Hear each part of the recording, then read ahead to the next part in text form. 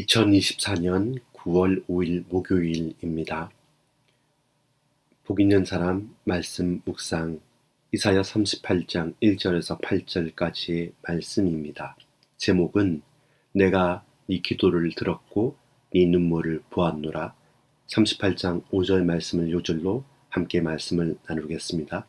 먼저 이사야 38장 1절로 8절까지의 말씀을 봉독하겠습니다. 그때 히스기야가 병들어 죽게 되어 아모스의 아들 선지자 이사야가 나아가 그에게 이르되 여호와께서 이같이 말씀하시기를 너는 네 집에 유언하라. 네가 죽고 살지 못하리라 하셨나이다 하니 히스기야가 얼굴을 벽으로 향하고 여호와께 기도하여 이르되 여호와여 구하오니 내가 주 앞에서 진실과 전심으로 행하며 주의 목전에서 선하게 행한 것을 기억하옵소서 하고 히스기야가 심히 통곡하니 이에 여호와의 말씀이 이사야에게 임하여 이르시되 너는 가서 히스기야에게 이르기를 네 조상 다윗의 하나님 여호와께서 이같이 말씀하시기를 내가 네 기도를 들었고 네 눈물을 보았노라. 내가 내 수한에 15년을 더하고 너와 이 성을 아스르 왕의 손에서 건져내겠고 내가 또 이 성을 보호하리라. 이는 여호와께로 말미암는 너를 위한 징조이니 곧 여호와께서 하신 말씀을 그가 이루신다는 증거이니라.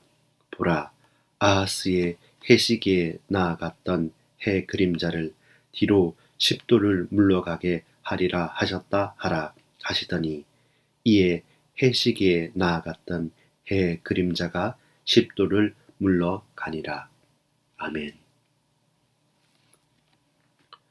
오늘 저와 여러분이 함께 나눌 이사야 38장 1절에서 8절까지의 말씀의 본문은 중병에 걸린 히스기야가 왕이 죽음을 통보받는 장면입니다.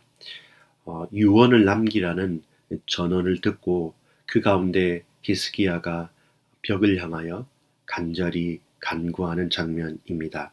3절의 말씀을 보면 히스기야가 얼굴을 벽으로 향하여 여호와께 기도하여 또한 너는 내 집에 유언하라.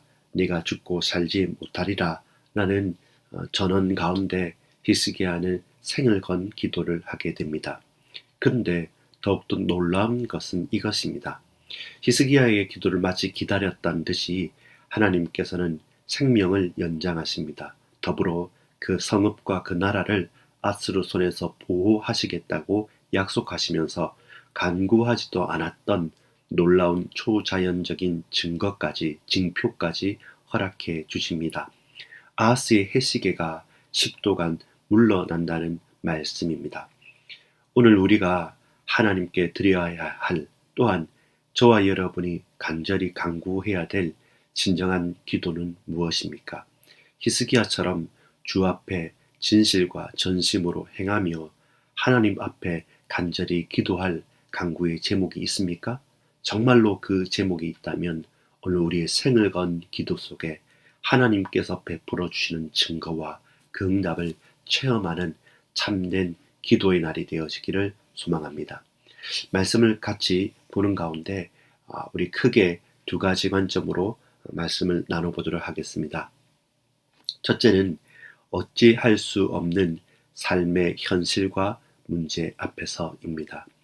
38장 1절에서 3절까지 특별히 2절에 보면 이렇게 말씀합니다. 히스기야가 얼굴을 벽으로 향하고 여호와께 기도하여 히스기야가 얼굴을 벽으로 향하고 여호와께 기도하여 얼굴을 사람들을 향하거나 얼굴을 내가 의지할 다른 배경들을 향하지 않고 아무도 바라보지 않고 오로지 하나님 앞에 하나님만을 의지하기 위해 벽을 향하여 하나님께 간구합니다. 벽을 만난 듯 막막한 현실, 어찌할 수 없는 현실 앞에 처한 저와 여러분입니다. 질병과 노화는 당연합니다. 누구도 피할 수 없습니다. 누구든 병에 걸리고 누구든 죽음에 이릅니다. 어떻게 보자면 내가 죽는다는 끝을 알고 유언을 할 수 있을 정도의 여유가 있다는 것도 큰 복입니다. 그러나 지금까지는 히스기야에게 후사도 없고 또 아스르와의 전쟁과 맞물이도 이루어지지 않았기 때문에 모든 것이 막연하고 막막한 현실입니다. 그래서 히스기야에게는 또 다른 삶의 이유가 있었습니다. 단순하게 하루를 더 살고 몇 년을 더 살고 얼마간 더 지내는 것이 아니라 내가 단 하루를 살아도 살아야 될 이유가 있고 그 삶의 목적과 존재 이유를 발견한 가운데 살아가는 것이 중요합니다. 그는 주 앞에서 진실과 전심으로 행하였습니다. 또한 여호와의 목전에서 선하게 행하여 다윗의 길로 갔던 몇 되지 않는 히스기야 왕입니다. 그러하였기에 그는 생을 걸고 담대히 하나님께 간구할 수 있었습니다. 저와 여러분도 오늘 이 하루를 더 살아야 할 이유가 무엇입니까? 그렇다면 오늘 하나님께 드려야 될 간구의 제목은 무엇입니까? 어찌 할 수 없는 삶의 현실 앞에서 내가 죽고 더 살지 못할 것이라는 그 마지막 전언을 들었을 때 오늘 저와 여러분은 어떤 고백을 하시겠습니까? 두 번째입니다. 대신할 수 없는 하나님의 징조 앞에서입니다. 38장 44절부터 8절까지의 말씀입니다. 특별히 7절 말씀에 이렇게 증거합니다. 이는 여호와께로 말미암는 너를 위한 징조이니 곧 여호와께서 하신 말씀을 그가 이루신다는 증거이니라. 다윗과 언약하셨던 하나님께서 히스기야에게 징조를 베푸십니다.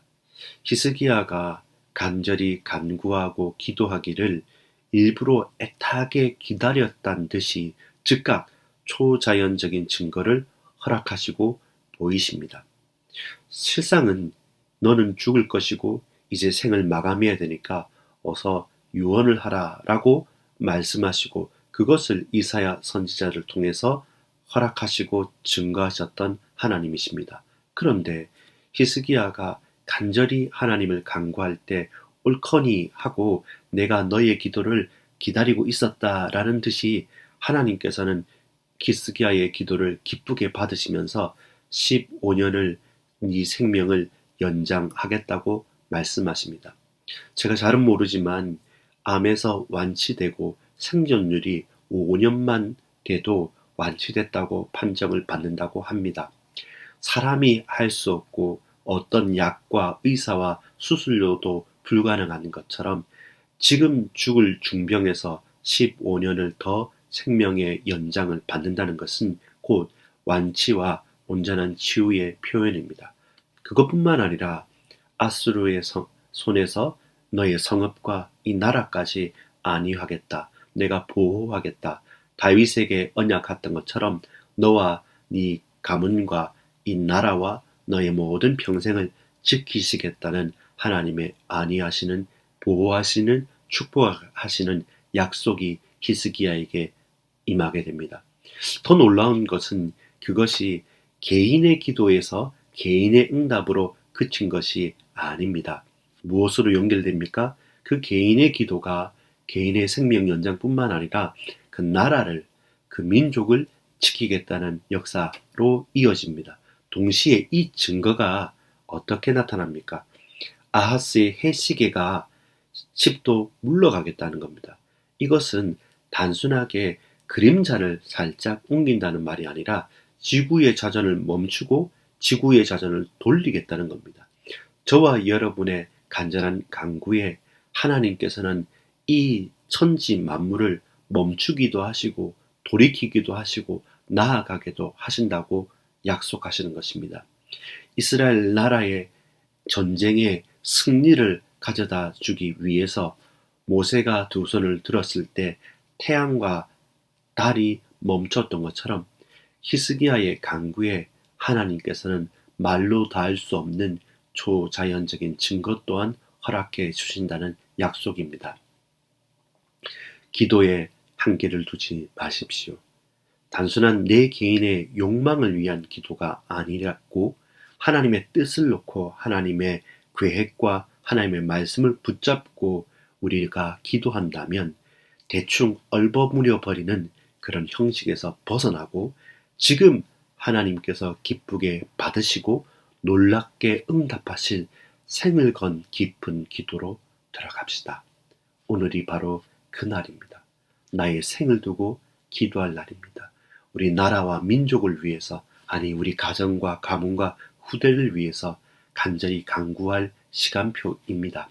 여러분, 우리의 욕망이 아닌 하나님 앞에서 진실과 전심으로 하나님의 의를 간구한다고 한다면 우리가 간구하는 것 그 이상의 하나님의 뜻과 계획을 이루시고 하나님께서 기쁘게 열어주실 것입니다.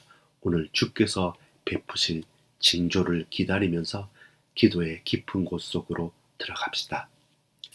살아계신 아버지 하나님, 감사합니다. 나의 작은 신음에도 응답하시는 주님, 간구할 바를 알지 못하나 그러나 하나님의 뜻을 붙들고 간절히 간구합니다. 내가 간구하는 바를 이루실 뿐 아니라 크고 은밀한 일을 반드시 성취하시는 여호와 하나님을 찬양합니다. 어찌할 수 없는 현실 앞에서 늘 좌절하고 불신앙하지만 그러나 대신할 수 없는 은혜의 징표와 증거로 우리에게 응답하시는 하나님, 주님만 찬양합니다. 주 예수 그리스도의 이름으로 간절히 기도합니다. 아멘.